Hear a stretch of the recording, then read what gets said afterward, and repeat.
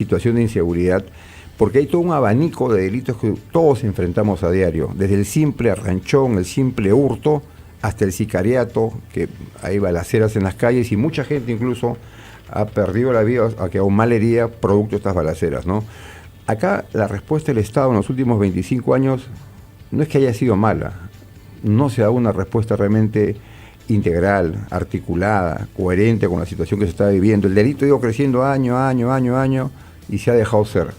Eso es lo que ha pasado. Entonces ya tenemos una delincuencia organizada, fuerte, tenemos la delincuencia común, el delito urbano, por todos lados.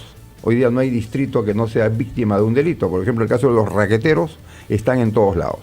Desde que usted sale de su casa, don Francisco, ya en su casa hay un riesgo, porque también están los que roban en las viviendas. Roban edificios, condominios, a la gente que tiene casa en las calles. En fin, hoy día todo el mundo está al acecho, ¿no? Todo el mundo está... Y encima somos un país donde la cultura de prevención no existe. O sea, los ciudadanos lamentablemente no tomamos esa cultura de prevención como una norma de vida que deberíamos, por la cantidad de delitos que están habiendo. Entonces, hoy día usted dice una cosa que es correcta. Mucha gente imprudentemente saca dinero en efectivo de los bancos y los marcas están en todos lados, ¿no? Esa delincuencia ya, o porque también han dado un dato el propio entorno de la víctima, que muchos se han analizado eso. Y eso es porque tampoco chequeamos quiénes trabajan realmente para nosotros, contratamos personal, incluso que ni siquiera es de acá, es de fuera, y después nos vamos con la sorpresa de que ese personal pues ha cometido o ha dado el dato para que se cometa algún delito. Bien, a esta hora queremos presentar un informe que producción ha preparado para ahondar un poco más sobre este tema. Adelante.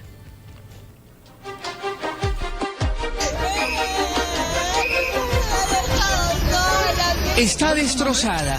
Se enteró que a su esposo lo habían atacado. No sé cómo ha sido, no sé por qué. Pero lo único que yo pido es justicia. Que lo atrapen a esa persona que le ha hecho eso a mi pareja, es lo único que pido. Cuenta que alrededor de 20 personas integrantes de una pandilla atacan a su padre, Johan Vargas Vargas. Ha sido golpes que le han tirado en la barriga, en la cara, todo. Ha sido como si una brutesca que han comenzado a golpear así por golpear. ¿En qué circunstancias se produce?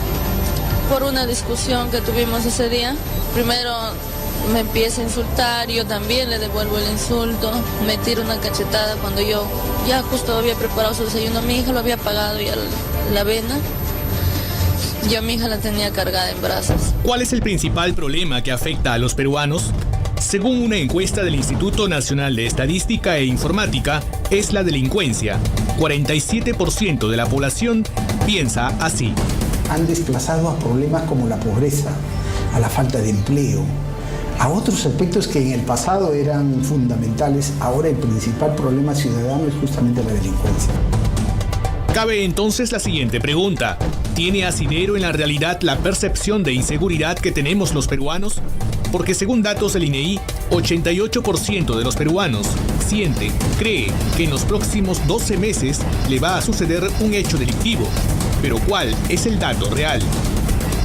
El dato real de la ocurrencia de hechos delictivos en la actualidad se estima en 29,5% de peruanos que han sido víctimas de un hecho delictivo. Es decir, 30 de cada 100 peruanos de 15 años y más han sido víctimas reales de un hecho delictivo. En el caso de los homicidios, Lima no es la ciudad con indicadores más altos. Incluso con sus 5 homicidios por cada 100.000 habitantes, está por debajo del promedio nacional. El promedio de la tasa de homicidios en el Perú es de casi 7 muertes por cada 100.000 habitantes. Pero hay ciudades del norte del país como Tumbes, Barranca, Huacho, Trujillo, donde las tasas son elevadísimas. Por ejemplo, en el caso de Tumbes tenemos 35 muertes por cada 100.000 habitantes. San Vicente de Cañete, aquí en Lima, muy cerca, también tiene tasas bien elevadas. El Callao exhibe casi una tasa de 15 muertes por cada 100.000 habitantes. Es cierto, contar con los datos adecuados nos permitirá enfrentar mejor el problema. Pero, ¿colaboramos los ciudadanos con denunciar los delitos sufridos? El 84,5% de peruanos no denuncian el hecho delictivo. Quizá obedezca a que el ciudadano no espera mucho de su denuncia. Según una encuesta del Instituto Integración, apenas 1 de cada 5 peruanos se encuentra satisfecho con la denuncia que hicieron en la comisaría. Y mire, esos datos de alguna manera sirven mucho. ¿Por qué? Porque dicen en dónde hay que actuar, en qué lugares hay que ir. Y el INE ha publicado estos mapas. Esta información está en nuestra página web y la hemos puesto en comunicación de toda la ciudadanía, de tal manera que las fuerzas del orden sepan también a dónde ir. Porque la delincuencia también es derrotada con la información real y oportuna.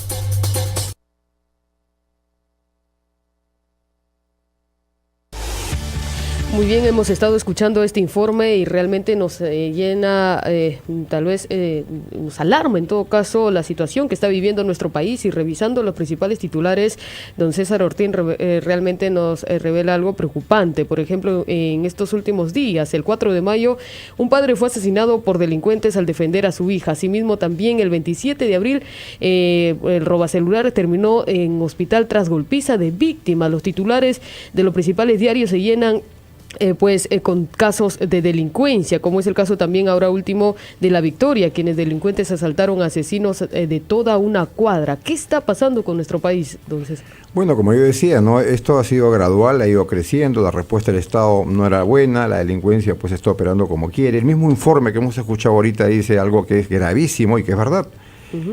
No hay denuncia, entonces científicamente las cifras que dan no son las reales, pues si no hay denuncia, uno cómo puede saber qué está pasando en determinado delito. Por ejemplo, los hurtos no son denunciados, muy poco denuncian hurtos. ¿Y por qué no denuncia la gente? Porque no va a obtener nada con la denuncia, va a perder su tiempo, va a perder dinero, y entonces la gente dice, ¿para qué? Hay cierta deficiencia por parte de las autoridades para acatar cierta denuncia. Exacto, pero acá lo que hay que ver realmente qué es lo que está pasando, por qué no se puede realmente hacer algo desde el nivel del gobierno para comenzar a trabajar cosas que se tienen que trabajar. Y la respuesta es que si no hay reformas policiales, por ejemplo, si no hay una reforma estructural en la Fiscalía, en el Poder Judicial, si no contamos con un sistema penitenciario que realmente rehabilita al interno y no que lo haga peor, porque ese interno cuando sale a la calle en más de un 90 y tantos % sale peor, y además sale a reincidir nuevamente en lo que él sabe hacer, que es cometer los delitos.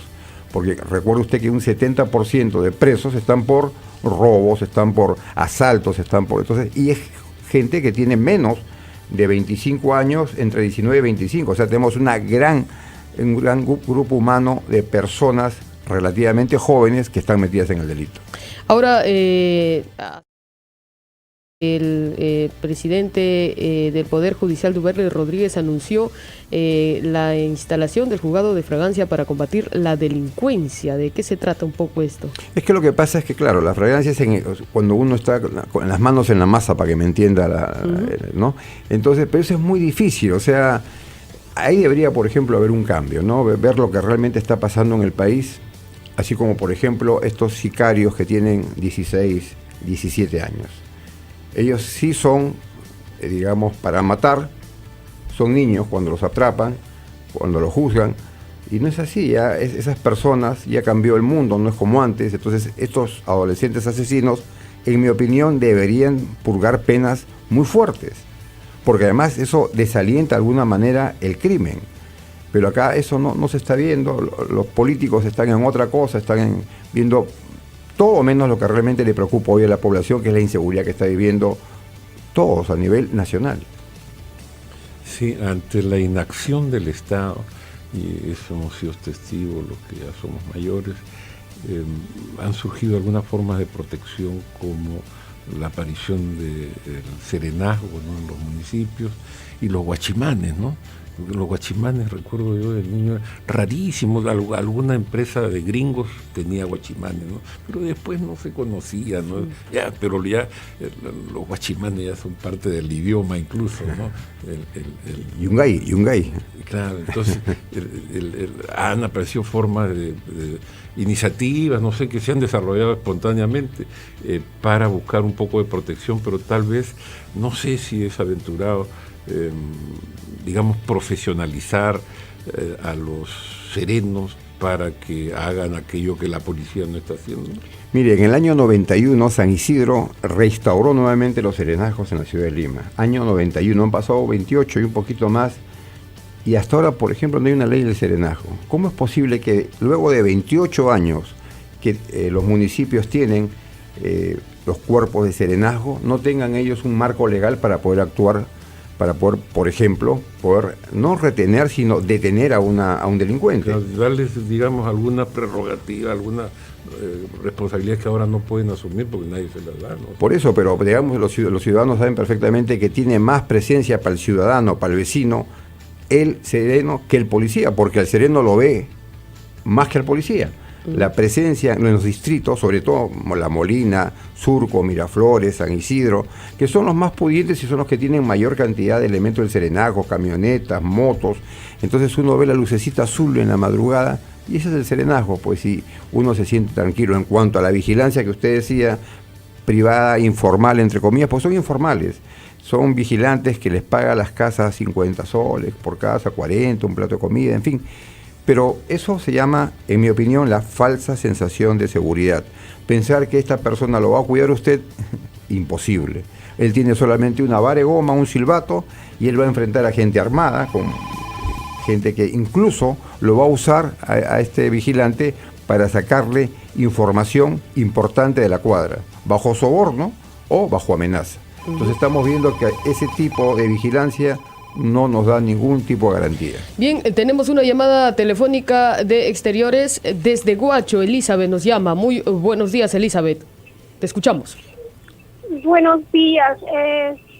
Es un placer informar sobre la seguridad ciudadana. Hace poco hubo acá un asesinato al cambista, ¿no? Acá en Guacho. Y lo que yo le manifiesto al doctor que está invitado ahí, ¿cómo se puede alcanzar a esos policías que también están incluidos con la delincuencia? ¿Cómo se puede limpiar a policías que están integrados junto con la delincuencia, incluso en los hospitales? Porque yo llevé a un paciente y el enfermero dice, ¿quiere denunciar? Corre peligro. Vas a la policía, te dice, pero no es contigo. De hecho, hay delincuentes infiltrados porque existen autoridades corruptas. Eso es lo primero que se debe hacer, una limpieza. Muchísimas gracias. Totalmente de acuerdo. O sea, lo que dice el oyente es correcto, ¿no es cierto? Por eso que el gobierno ha tomado la medida ahora de suspender las escuelas, porque están infiltrando delincuentes, no están postulando y llegan a ser policías delincuentes de toda una mafia, una organización delictiva. Lo que se tiene que hacer acá, está claro, es lo mismo que hizo Colombia, imitar las cosas buenas que han mejorado la seguridad en otros países. Colombia, ¿qué hizo? Primero limpió, sacó todo lo malo que tenía, o casi todo lo malo que tenía en su institución policial, repotenció la institución, le dio mejores herramientas para el trabajo al policía, y hoy día la Policía de Colombia está considerada la segunda mejor policía de Latinoamérica. La primera es Chile, los carabineros, y viene Colombia. Y Colombia estaba peor que nosotros cuando ellos empezaron su reforma.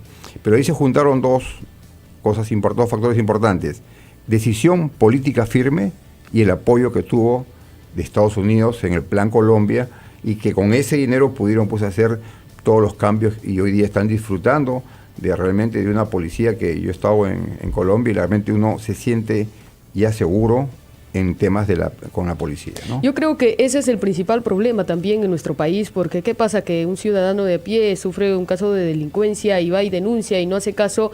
Lo que sucede es que, por ejemplo, en los barrios se juntan los mismos pobladores, y hace unos días o años salió también el tema de chapa tu choro y déjalo paralítico. Entonces, yo creo que la delincuencia más violencia, pues ¿a dónde estamos llegando, no? Todo lo que sea violencia de cualquier lado es crear más conflicto, es crear más violencia. La violencia se traduce en más violencia, vamos a entrar en una espiral que va a ser imparable. Eso de chapa tu choro, realmente yo no quiero que ningún ciudadano corra ningún tipo de riesgo. Por eso el mensaje es no enfrentar, sino evitar el delito. Si tú vas a enfrentar a un delincuente que está armado, que no tiene escrúpulos, que está drogado, vas a salir perdiendo. Tú como ciudadano, pues, tienes unas limitaciones, ¿no es cierto? Así tengas armas de fuego frente a un individuo que está dispuesto a matar y a morir. Entonces, eso no es lo correcto. El ciudadano lo que tiene que hacer es evitar inteligentemente ser víctima, ¿no? Y para eso, pues, tienes que hacer una serie de, digamos, ya tener tu chip de prevención desde que estás en tu casa misma, como si es segura o no es segura, revisar elementos como las puertas, ventanas, luces. Hoy día no basta la casa segura, hace falta la cuadra segura como concepto de respuesta grupal.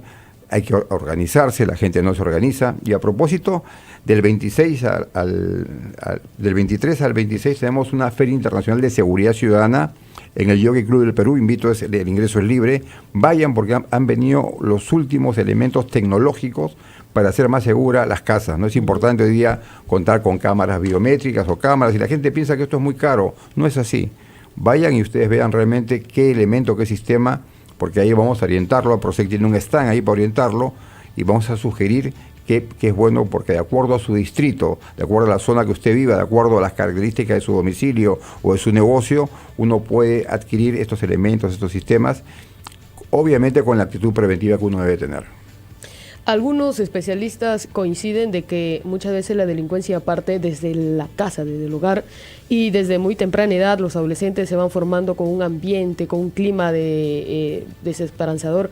Y pues yo creo que también parte de la función de los padres de familia sería poder formar a sus hijos desde muy temprana edad en educación, en cultura, en valores, ¿verdad? Totalmente. Es que lo que pasa es que siempre cuando me invitan a mí hablamos de los efectos y no de las causas de los delitos. No, las causas del delito, como bien dices tú, sí, pues.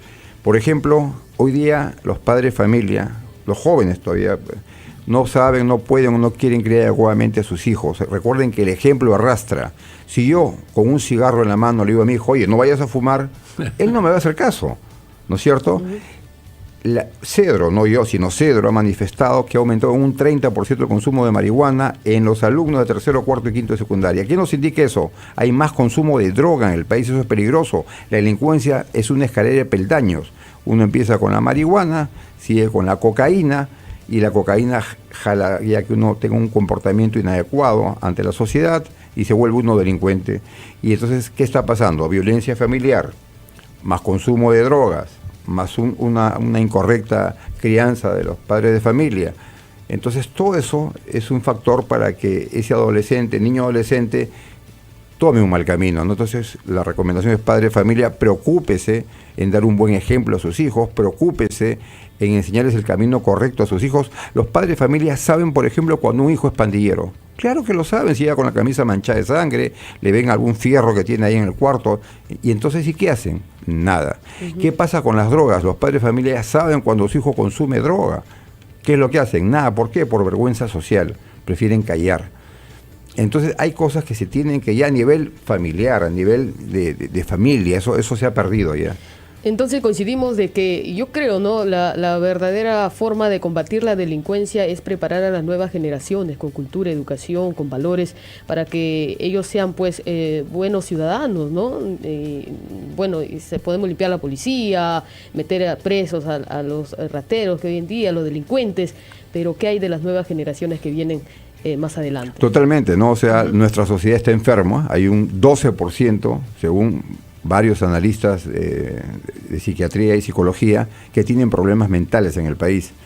Qué curioso, ¿no? Honduras, que es un país chiquito, con menos recursos que nosotros, ha hecho una reforma policial, ya van en su tercer año, y para ser policía en Honduras tienes que pasar 3 pruebas: la poligráfica, para ver qué tendencia a la corrupción tienes, la psiquiátrica, para ver si estás bien de la cabeza, y la toxicológica, para ver si es que has consumido algún tipo de droga. Yo diría, y pregunto, ¿qué pasaría si yo mañana instauro en el país, para la policía y para el sector público en general, inopinadamente estas pruebas? ¿Qué pasaría? Y bueno, y la respuesta es que vamos a quedarnos con muy poquitos policías, ¿no? Eso es lo que pasaría. Esa es la realidad. Pero también lo que nos preocupa es que llegamos a la parte final, don Francisco. Sí, son 9 de la mañana con 27 minutos. Hay muchos temas que se quedan en el tintero, pero tenemos que hacer caso a lo que está previsto, y queremos agradecer a don César Ortiz Anderson haciendo votos por tenerlo pronto.